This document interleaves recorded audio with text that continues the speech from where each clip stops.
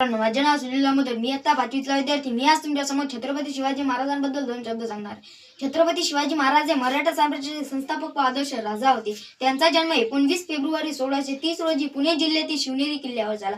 त्यांच्या वडिलांचे नाव शहाजीराजे भोसले व आईचे नाव जिजाबाई हे होते. शिवरायांनी वयाच्या अवघ्या 15व्या वर्षी स्वराज्य स्थापनेची प्रतिज्ञा केली. त्यांनी गनिमी कावातंत्राचा वापर करून अनेक गड किल्ले जिंकले. शक्तीपेक्षा युक्तीचा वापर करून अनेक बलाढ्य शत्रूंचा पराभव केला.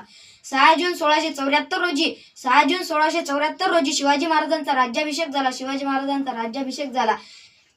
शिवाजी महाराजांनी आपल्या सर्वांना समान न्याय व समानतेची वागणूक दिली. दुर्दैवाने 3 एप्रिल 1680 रोजी शिवाजी महाराजांनी अखेरचा श्वास घेतला.